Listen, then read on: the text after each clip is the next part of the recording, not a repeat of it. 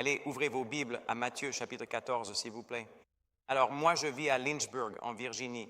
J'ai une femme magnifique. Elle sera présente au prochain service, ainsi que mes deux fils. L'un a 26 ans, l'autre a 25 ans. Et ils sont nés et ont grandi principalement dans l'Est. Dans le Sud, puis nous avons passé quelques périodes de pause à San Diego avec le docteur Jeremiah. Mais c'est vraiment agréable de pouvoir revenir ici. Vous savez, vous avez la chance de vivre dans l'un des plus beaux endroits du monde, n'est-ce pas? Je veux dire, c'est vraiment super cool. Donc, c'est vraiment agréable d'être ici et de profiter d'un temps agréable. J'étais à Washington, D.C. ce vendredi et l'indice de chaleur était de 114 degrés. Et oui, c'était insupportable. Bref, c'est vraiment génial d'être ici. Et écoutez, on va bien s'amuser aujourd'hui avec une histoire qui est probablement ma préférée du Nouveau Testament, ou en tout cas l'une d'entre elles. C'est l'histoire de Jésus marchant sur l'eau. Donc, d'une certaine manière, on va un peu au cinéma, même si je n'ai jamais vu de film à ce sujet. Mais dans Matthieu chapitre 14, laissez-moi simplement planter le décor pour vous alors que nous entrons dans notre histoire. Au tout début du chapitre, vous découvrez que Jean-Baptiste a été décapité par le roi et à cause de cela, Jésus est bouleversé. Ce n'était pas seulement un ami à lui, mais aussi son précurseur et bien sûr son cousin également. Donc, il essaie de s'éloigner des foules, car vous voyez, c'est une période de son ministère où de grandes foules le suivaient partout. Ils étaient obsédés par ses pouvoirs miraculeux. Ils voulaient entendre ses enseignements. Et à ce moment-là, partout où il va, des milliers de personnes font la queue pour l'entendre, pour être guéries par lui. Ainsi, des foules entières le suivent, mais il vient aussi de traverser un moment très personnel et difficile, la perte de Jean-Baptiste et l'apprentissage de cette nouvelle. Il veut donc monter dans les collines pour être seul et prier, mais les foules sont trop nombreuses. Alors, que fait-il? Eh bien, vous le découvrez au chapitre 14. La journée touche à sa fin et les disciples disent, « Jésus, s'il te plaît, renvoie ces gens, car il se fait tard et nous ne savons pas quoi faire. » Ils ont faim et commencent à se plaindre. Alors Jésus dit, « Non, ne les renvoyez pas. Je vais les nourrir. » Et eux répondent, « Avec quoi? » Tu sais, il n'y a pas de supermarché à proximité. Avec quoi allons-nous les nourrir? Ils vont alors dans la foule et trouvent un petit garçon qui a apporté son déjeuner avec lui. Et il a 5 petits pains et 2 petits poissons. Tu te souviens de cette histoire? Oui? Alors, ils apportent les 5 pains et les 2 poissons à Jésus, et il les rompt, il les bénit, et puis il les multiplie encore et encore, jusqu'à ce que tout le monde dans la foule ait le ventre plein. Maintenant, la Bible dit qu'il y avait 5000 hommes dans la foule. Cela n'inclut pas les femmes et les enfants. Les spécialistes vous diront qu'il y avait probablement entre 12 000 et 15 000 personnes sur cette plage ce jour-là. Et il reste 12 paniers pleins de nourriture, un pour chaque disciple. Et donc, c'est ce qui s'est passé. Mais après cela, c'est là que nous reprenons notre histoire. Parce que, voyez-vous, Jésus n'est toujours pas allé seul dans les collines pour prier ce qu'il voulait faire au départ, n'est-ce pas? Alors, il disperse la foule. Au fait, le chapitre 6 de Jean nous dit que la foule voulait faire de lui un roi. À ce moment-là, parce qu'ils étaient tellement obsédés par lui, ils se sont dit, « Voilà notre homme. Il va se débarrasser des Romains et de l'oppression dans laquelle nous vivons. C'est notre homme. » Et même s'il est vrai que Jésus est un roi, il n'était pas ce genre de roi. La première fois, Jésus est venu pour sauver les perdus. Il est venu en humble serviteur souffrant. Il est venu comme l'agneau de Dieu pour aller à la croix et plus tard, bien sûr, vaincre le péché, la mort, l'enfer et la tombe. Mais je dois vous rappeler qu'un jour, bientôt, il reviendra. Et cette fois, ce sera en roi conquérant. Et il portera une robe blanche et montera un étalon blanc. Et sur sa cuisse sera inscrit « Roi des rois et Seigneur des seigneurs ». Ce roi-là arrive, ne t'inquiète pas. Et c'est bien d'être du côté des vainqueurs, n'est-ce pas? Mais reprenons notre histoire. Matthieu chapitre 14, verset 22. Maintenant, laissez-moi vous donner une petite idée d'où nous en sommes, d'accord? Nous allons donc afficher une carte de la mer de Galilée pour que vous puissiez voir à peu près où nous sommes. Cette petite ville là-haut, sur le côté nord-est, s'appelle Bethsaïda. C'est là qu'ils étaient. C'est là que la multiplication des pains pour les 5000 a eu lieu, juste au sud de cette ville, là, sur le rivage. Et puis Jésus dit au verset 22, il est écrit, « Aussitôt, Jésus obligea ses disciples à monter dans la barque. » Alors, où allaient-ils? Eh bien, Jean nous dit qu'ils allaient à Capharnaüm, qui se trouve juste un peu plus loin, à environ 3 ou 4 miles de distance. Ce n'est pas comme traverser tout le lac. Vous pouvez remettre la carte une fois de plus. Oui, la largeur maximale du lac n'est que de 8 ou 9 miles. Ils allaient simplement de Bethsaïda à Capharnaüm. Donc, vous voyez qu'ils ne traversaient pas une grande distance. Mais attendez de voir ce qui va se passer si vous ne connaissez pas l'histoire. Alors, regardez le verset 22. Aussitôt, Jésus obligea ses disciples à monter dans la barque et à passer avant lui de l'autre côté pendant qu'il renvoyait la foule. Verset 23, « Et après avoir renvoyé la foule, il monta seul sur la montagne pour prier.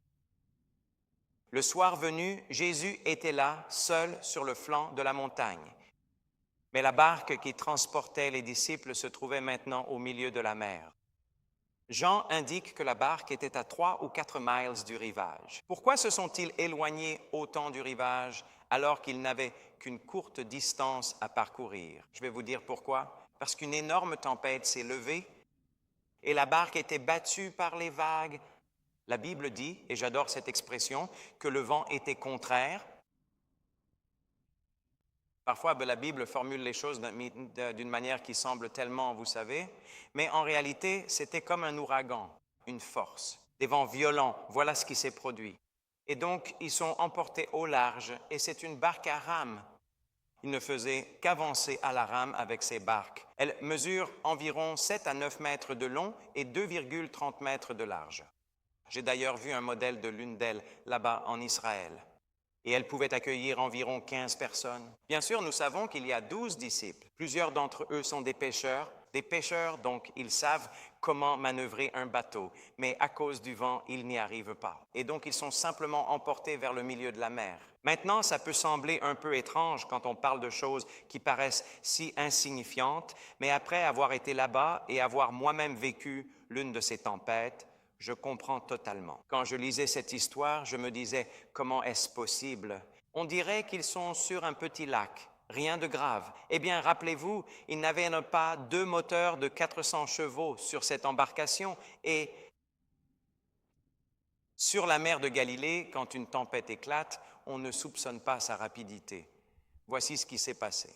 En fait, laissez-moi vous donner une autre image de la topographie de la région. Nous avons une photo ici. Vous voyez ces hautes falaises? Certaines falaises de la mer de Galilée font 600 mètres de haut. Elles attirent les tempêtes. L'air frais s'engouffre dans les canyons vers une gorge étroite et rencontre l'air chaud au-dessus de l'eau, créant des tempêtes soudaines en un rien de temps. En fait, j'étais avec Michael W. Smith une fois et nous faisions un concert sur la terrasse de l'hôtel Sheraton qui se trouve juste sur la rive ouest de la mer de Galilée. Et juste au moment où Michael était au milieu de sa chanson, vous connaissez cette chanson « On You Stay » Alléluia. Et puis on arrive au refrain « Saint à vous tous ». Je peux dire « vous tous », c'est bon? D'accord. Vous tous. Quand il est arrivé à ce refrain, c'était incroyable. Un vent impétueux est littéralement sorti de nulle part. Il a soufflé la vaisselle de la table. Il a renversé les tables. Il a soufflé les enceintes. Les parasols volaient dans tous les sens. C'était fou. Et quand j'étais dans ce moment-là, j'ai pensé à ce moment précis ici, parce que c'est ce qui est arrivé aux disciples. L'une de ces tempêtes est simplement sortie de nulle part. Et les voilà maintenant, en plein milieu de la nuit, coincés là. La Bible dit, en fait, au verset 25, que c'était maintenant la 4e veille de la nuit. Ils sont sur l'eau depuis 8 ou 9 heures, juste pour essayer de parcourir 6 kilomètres. Et ils sont restés coincés là pendant 8 ou 9 heures à lutter contre cette tempête au milieu de ce lac. Et la Bible dit que Jésus alla vers eux marchant sur la mer. Or, il y a 4 veilles dans la nuit juive. La première veille de 18h à 21h, la deuxième de 21h à minuit, la troisième de minuit à 3h et la quatrième dès 3h, à 6h ou au lever du soleil. Donc entre 3 et 4 heures, voire 4h30. C'est là que ça s'est passé. Ils étaient là-bas toute la nuit. Et le premier point que j'ai pour vous aujourd'hui est simplement celui-ci. Tenez-vous prêts, veillez. Tenez-vous prêts, veillez. Ses disciples l'étaient certainement. Personne ne dormait, n'est-ce pas? Ils sont au milieu d'un moment terrifiant. Ils sont éveillés, ils sont alertes, mais ils sont aussi épuisés d'avoir combattu cette tempête. Et je dois un peu me demander, tu crois qu'après 7 heures à lutter contre ces vagues, quelqu'un aurait pu dire « Où est Jésus ?» Pourquoi n'est-il pas avec nous?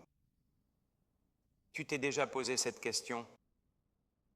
Tu t'es déjà demandé au moment de ta peur, de ta peine ou de ta frustration?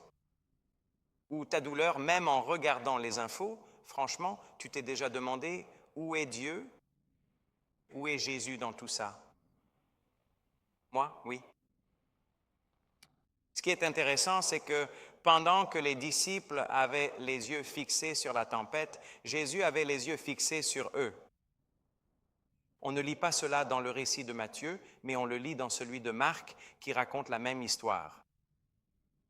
Marc, chapitre 6, verset 48, nous rappelle que Jésus était en fait sur la colline en train de les observer. Verset 48, « Alors Jésus les vit peiner à ramer car le vent leur était contraire. » Mes amis, je pense que vous devez vous rappeler que peu importe la tempête ou les difficultés que vous traversez, Jésus veille sur vous. Même lorsque vous ne pouvez pas le voir, lui peut vous voir. Psaume 121, verset 8. « Le Seigneur veillera sur vos allées et venues. Le Seigneur veillera sur vos allées et venues dès maintenant et à jamais. » Vous êtes sous le regard attentif de votre Père aimant, mes amis. N'oubliez jamais, il sait exactement ce que vous traversez. La question est, pourquoi a-t-il attendu si longtemps? Vous savez, parfois nous traversons des tempêtes dans notre vie qui durent bien plus longtemps que ce que nous aurions voulu. N'est-ce pas? Jésus a fui le roi Saül. Enfin, pas Jésus. Le roi David a fui Saül pendant presque 13 ans. Moïse est resté dans le désert avec le peuple pendant 40 ans. Parfois, ces tempêtes durent longtemps. Mais la Bible nous donne un indice sur la raison pour laquelle Jésus a attendu si longtemps dans cette tempête avant de rejoindre les disciples. Marc nous dit qu'après avoir nourri les 5000, le cœur des disciples s'était endurci pour une raison quelconque. Jean nous dit qu'après que Jésus ait nourri les 5000, ils étaient émerveillés et l'ont déclaré comme un grand prophète. Mais c'est tout ce qu'ils voyaient en lui. Mais maintenant, ils sont dans une situation désespérée. Et c'est la première fois depuis qu'ils suivent Jésus en tant que disciples que leur vie est réellement menacée. Et pourtant, ce qui est intéressant, c'est qu'ils faisaient exactement ce qu'il leur avait dit de faire. Qui leur a dit de monter dans le bateau? Jésus. Qui leur a dit d'aller de l'autre côté? Jésus. Avez-vous déjà pensé à cela? Ils étaient littéralement au centre de la volonté de Dieu. Et pourtant, les voilà au cœur de la pire tempête de leur vie. Vous avez déjà vécu ça? Saviez-vous que vous pouvez être dans la volonté de Dieu et malgré tout vous retrouver brisé par le vent? J'ai été dans cette situation de nombreuses fois. Mais souvent, mes amis, c'est dans la tempête que vous découvrez ses voies et sa volonté. Parfois, suivre la volonté de Dieu dans votre vie vous mènera dans une tempête que vous n'aviez pas vue venir. Mais la tempête est là pour nous enseigner quelque chose. Jésus les met intentionnellement en danger pour approfondir leur foi en lui. C'est étrange, les tempêtes, n'est-ce pas? Elles provoquent toujours une forme de transformation. Charles Spurgeon l'a dit ainsi. « J'ai appris à embrasser les vagues qui me projettent contre le rocher des siècles. » Et jusqu'à présent, suivre le Christ pour ses disciples, c'était plutôt sympa. Ils ont reçu beaucoup d'attention, ont vu de nombreux miracles, ont vu beaucoup de vies transformées. Ils ont même fait leur propre petit voyage missionnaire plus tôt dans le livre. Mais c'est la première fois que leur vie est en danger. Mais cela va les amener à un tout autre niveau de compréhension et à un tout autre niveau de foi. C'est exactement ce que le COVID a fait pour moi en 2020 quand j'étais allongé dans un lit d'hôpital à lutter pour respirer. Dieu a dû m'apprendre quelques leçons sur la foi, mais pour qu'il puisse le faire, j'ai dû traverser cette tempête. Dieu permet souvent des moments difficiles dans nos vies dans le but d'approfondir notre foi. C'est pourquoi Jacques dit « Réjouissez-vous dans vos tribulations ». Ce n'est pas amusant, c'est frustrant, c'est décourageant, cela peut être terrifiant. Mais vous pouvez être sûr que si Jésus vous a envoyé dans cette tempête, alors vous pouvez absolument savoir qu'il va aussi vous protéger dans cette tempête. Mon ami Terry Anderson l'a dit ainsi. Si votre tempête est le résultat de l'obéissance au commandement du Christ, alors vous n'aurez jamais à vous inquiéter de sombrer. Si Jésus a dit « traverse », j'aime bien ça. Alors tenez bon, regardez, parce que nous sommes dans une tempête. Maintenant, je sais que nous venons de célébrer le 250e anniversaire et l'anniversaire de notre nation, la plus grande nation de la planète, la plus grande nation qui ait jamais existé. Et c'est une chose merveilleuse d'avoir la liberté dans un lieu public comme nous l'avons fait hier soir. Et de louer librement le Seigneur et de prononcer son nom, n'est-ce pas? C'est plutôt cool. Vous pouvez être reconnaissant envers votre communauté pour cela, parce qu'il y a beaucoup de communautés qui ne le permettraient pas. Mais néanmoins, nous sommes dans une tempête, nous sommes dans un combat.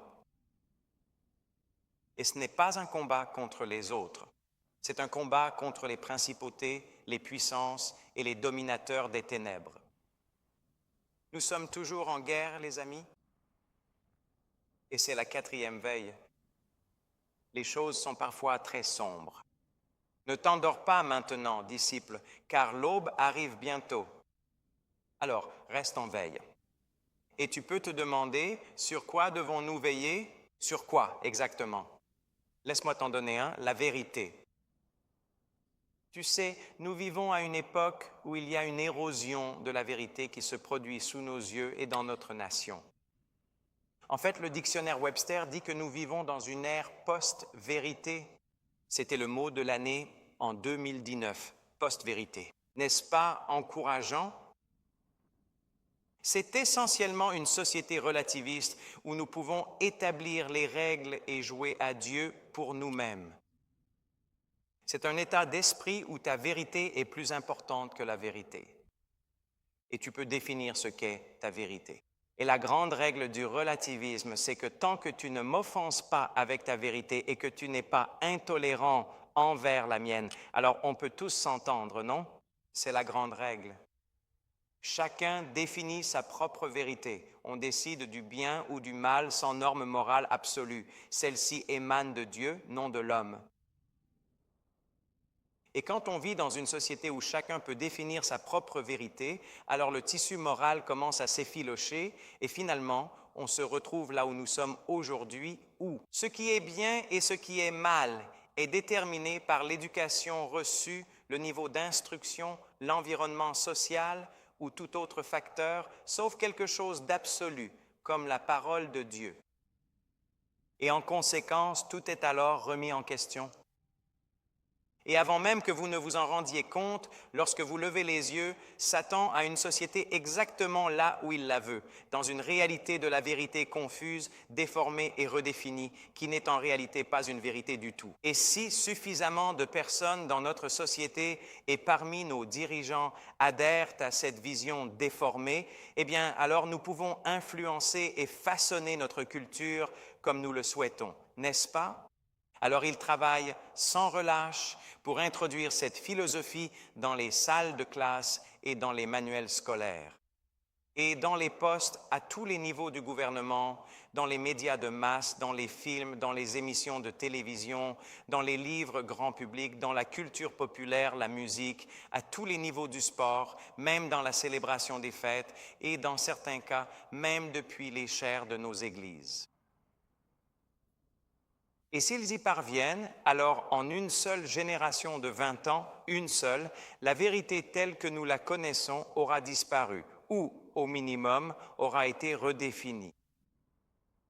Et c'est pourquoi, mes amis, il est si crucial que nous, les détenteurs de la vérité, restions fermes dans la vérité et que nous gardions les traditions et les enseignements qui nous ont été transmis, issus de la parole même de la vérité, de la parole de Dieu.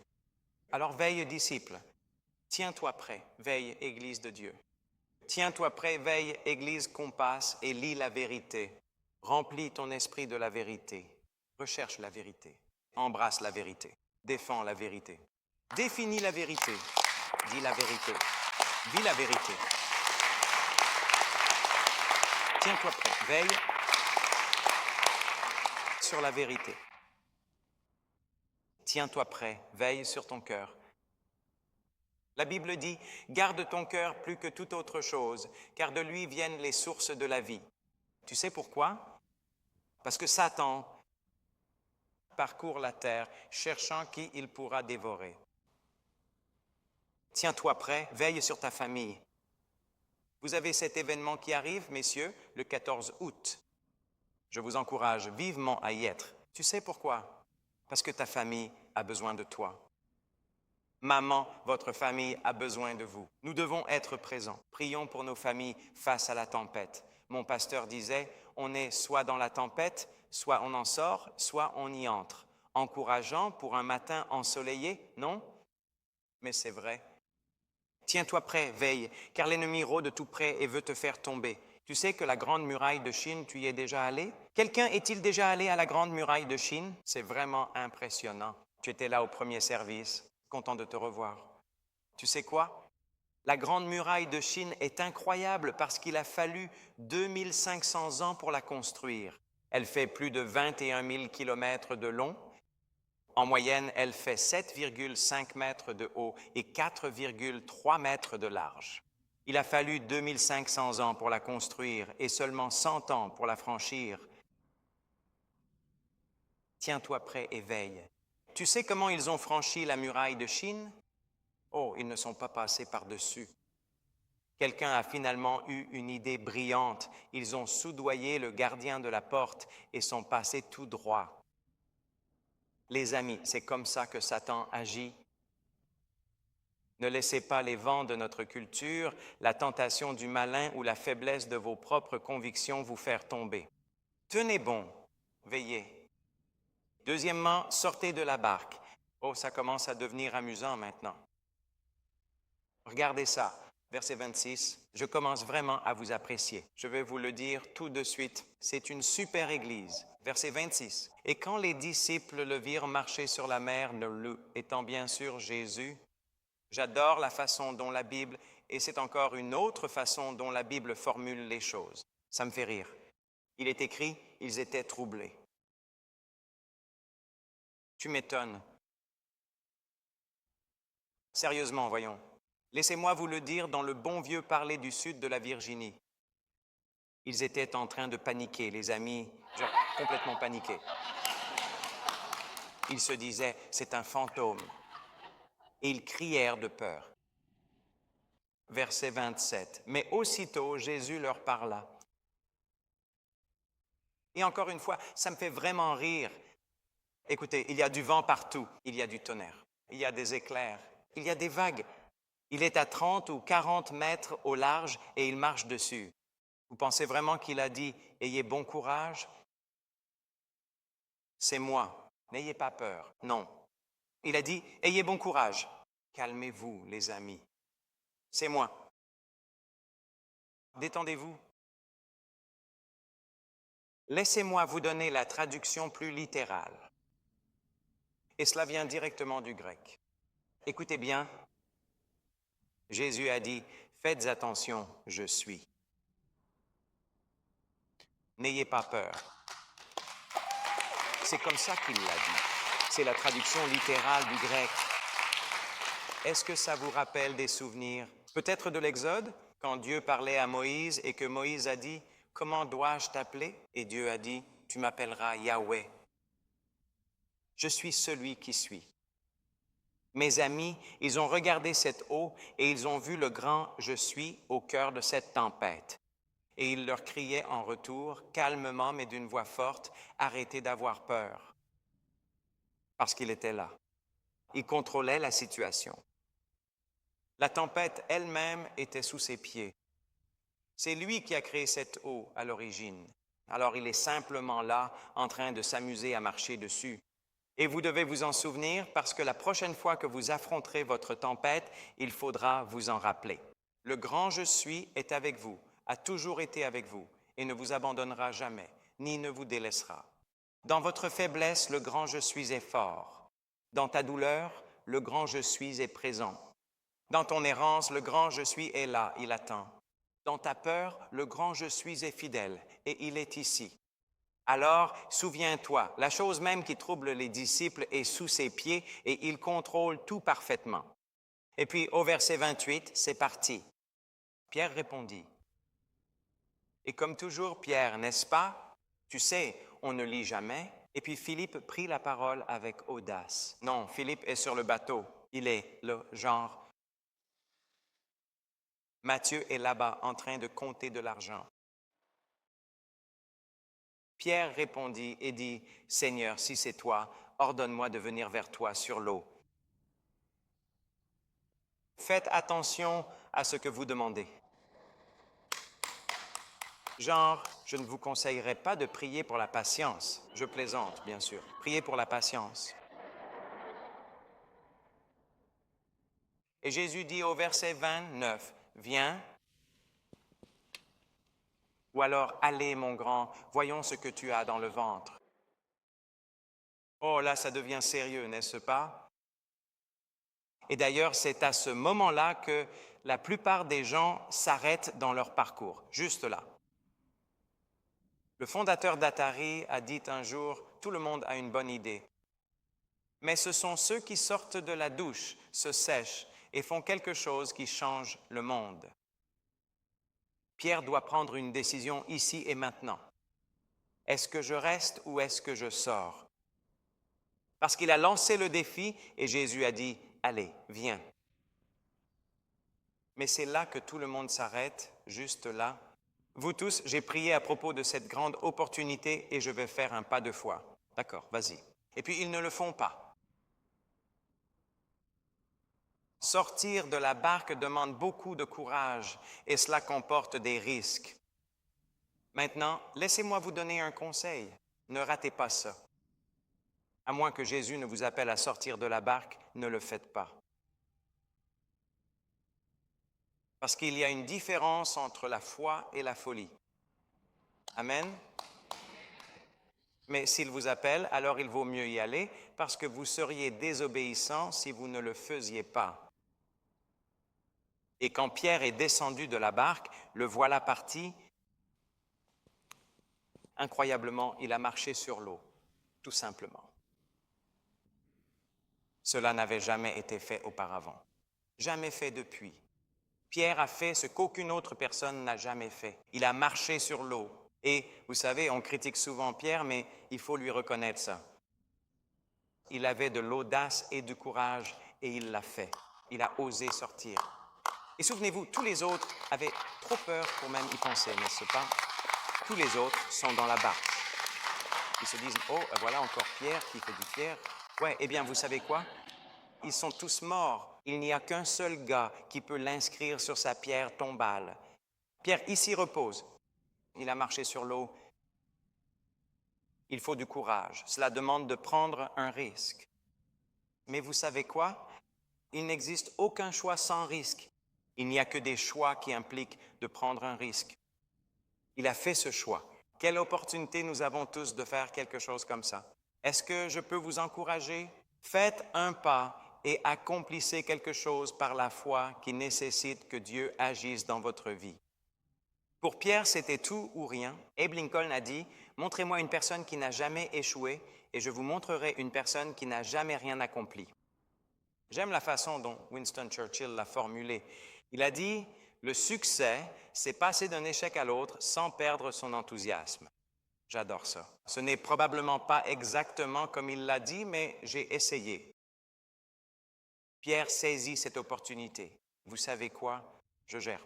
Oh, je manque de temps. Je ferais mieux de ne pas le faire. D'accord. Bref, lisez le livre de Mark Batterson, Chasing the Lion. Il contient ce qu'il appelle le manifeste du chasseur de lions. C'est génial et je l'ai renommé ainsi. le manifeste du marcheur sur l'eau, et il dit des choses comme ceci. Fixez-vous des objectifs à la mesure de Dieu, poursuivez des passions données par Dieu, poursuivez un rêve qui est voué à l'échec sans intervention divine, arrêtez de répéter le passé, commencez à créer le futur, ouvrez de nouvelles voies, osez échouer, osez être différent, arrêtez de vous retenir, arrêtez de reculer, arrêtez de fuir et vivez uniquement pour l'applaudissement de ses mains marquées par les clous. En d'autres termes, ce que Marc essaie de nous dire, c'est sortez de la barque, tenez-vous debout, regardez tout le monde. Troisièmement, restez concentrés sur Jésus. Regardez la fin du verset 29.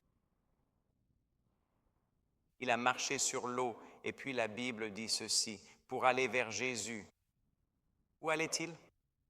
Vers Jésus. C'est tout. Il n'allait nulle part ailleurs. Assurez-vous, mes amis, que lorsque vous sortez de la barque, vous allez vers Jésus, quoi que vous fassiez. Ne détournez pas vos yeux de lui, parce que vous voyez, si vous le faites, ce qui est arrivé à Pierre vous arrivera aussi. Regardez le verset 30. Mais quand il vit que le vent était fort, il eut peur.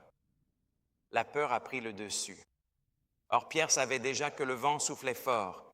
Il savait déjà que la pluie lui fouettait le visage quand il est sorti. Alors pourquoi a-t-il été distrait maintenant? Je vais vous dire pourquoi. Parce que lorsque vous commencez à marcher par la foi, vous devenez le plus vulnérable à la peur. L'ennemi vous attaquera de tous les côtés.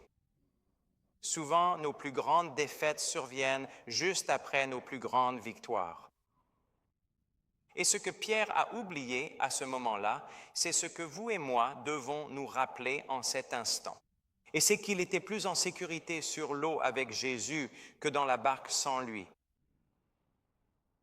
Et en tant que croyants, en tant que disciples de Jésus, nous devons apprendre à vivre par la foi de cette manière. Alors, que s'est-il passé? Eh bien, au verset 30, Pierre, commençant à s'enfoncer, s'écria, « Seigneur, si tu voulais bien tendre ta main et m'aider, je t'en serais éternellement reconnaissant. » Non, ce n'est pas ce qu'il a dit. Il a dit, « Seigneur, sauve-moi.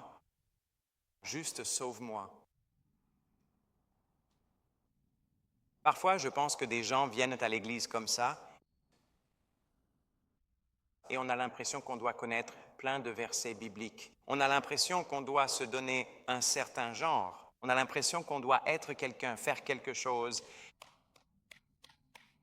Non. Ce que Pierre a fait, c'est ce que certaines personnes dans cette salle doivent faire. Parce que ta vie est au fond du gouffre. Tu es désespéré. Tu n'as plus d'espoir. Tu cherches la paix. Tu cherches la vie.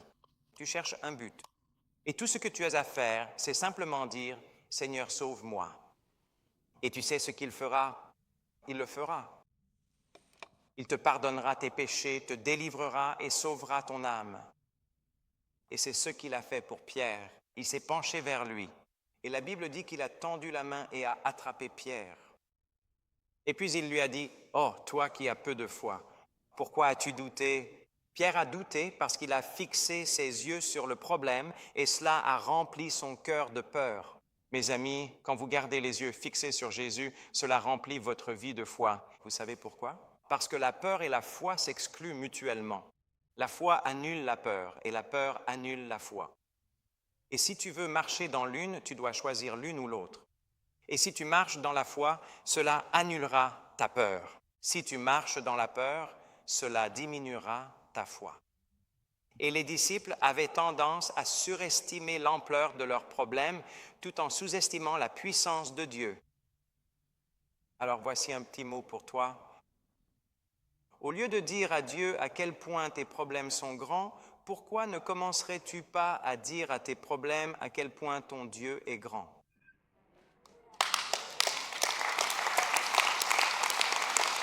Et remarque, ce n'est pas Pierre qui a tendu la main pour saisir Jésus. C'est Jésus qui a tendu la main pour saisir Pierre. Alors ne doute jamais que le Seigneur Jésus te tient.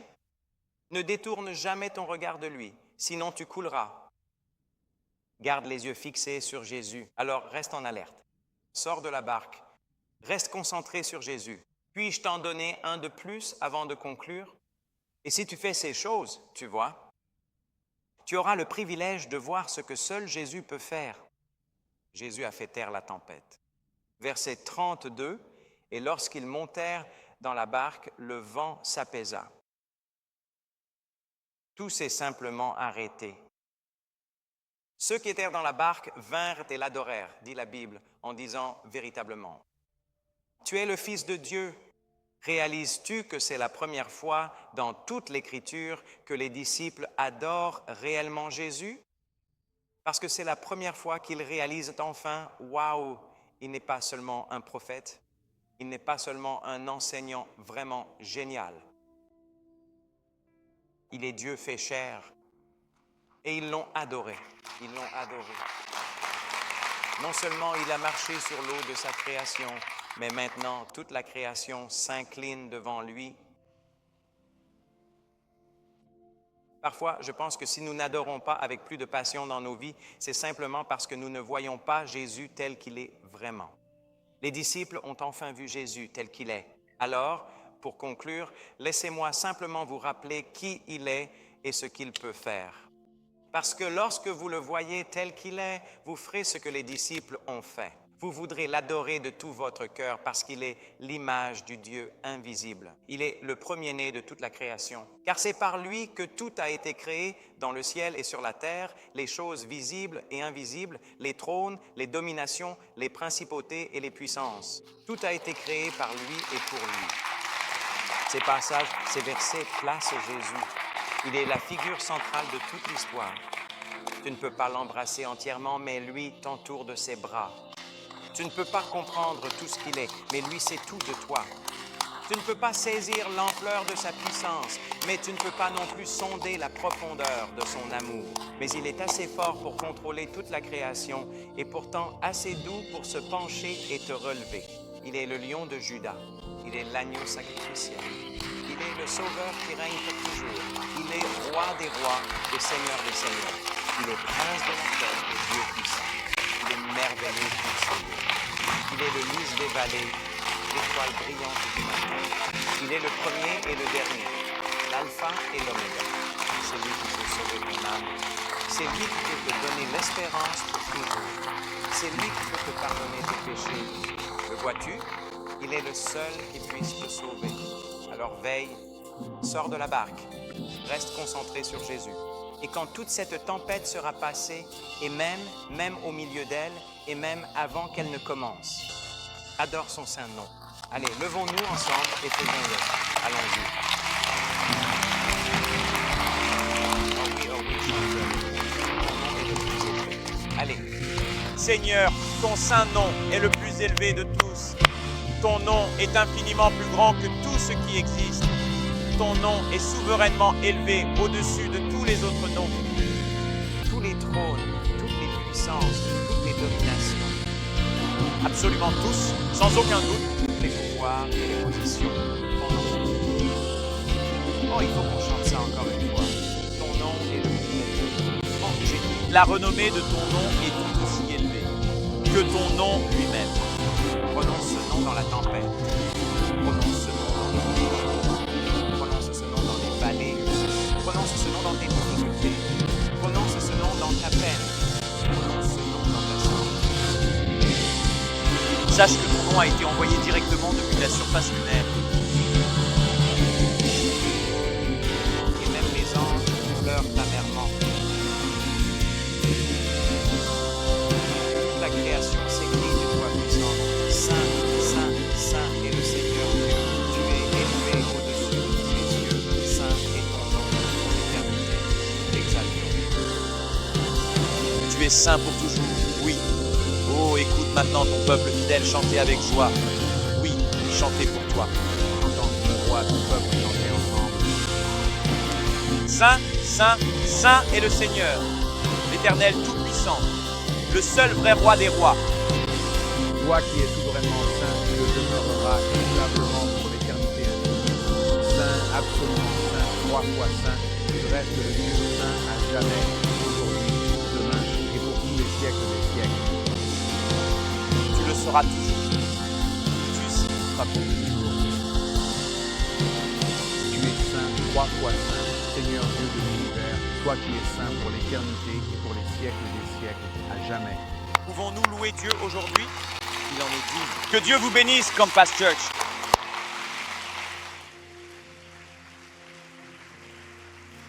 Amen. C'est le message et le jour pour sortir de la barque pour vous. Si vous êtes croyant, vous savez ce que Dieu vous appelle à faire. Sortez de la barque. Vous savez pourquoi vous priez. Dieu est là pour tendre la main et vous relever afin que vous puissiez marcher dans la foi. Si vous envisagez de choisir le Christ, c'est aussi pour vous le moment de sortir de la barque. Nous aimerions que vous tapiez Jésus au 33777. Ainsi, Jésus pourra vous remonter dans la barque.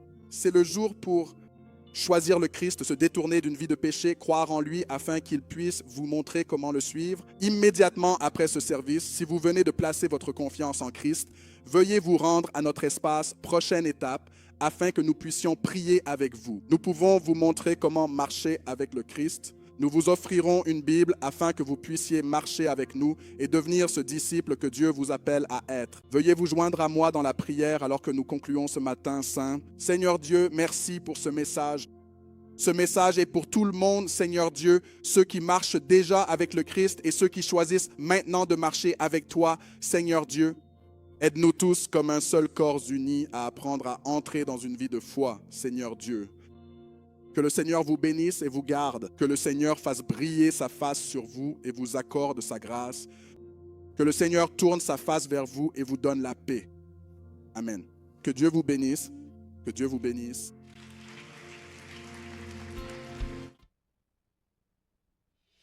Et merci beaucoup de m'avoir rejoint pour le message d'aujourd'hui. J'espère que la parole de Dieu vous a vraiment encouragé, challengé et rappelé sa vérité pour votre vie. Et si vous êtes du coin, j'aimerais vous inviter à venir vivre par vous-même les week-ends à l'Église Compass.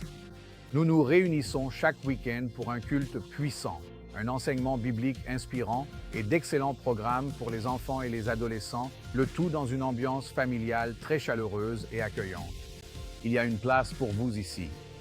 Et si ce ministère a été une bénédiction pour vous, accepteriez-vous de faire un don aujourd'hui? Votre soutien nous aide à continuer de partager l'espérance de Jésus à travers la télévision, les médias numériques et l'action auprès de notre communauté. Pour donner ou en savoir plus, il vous suffit de nous rendre visite en ligne dès aujourd'hui. Jusqu'à la prochaine fois, continuez à vivre avec l'espérance de Jésus dans votre cœur.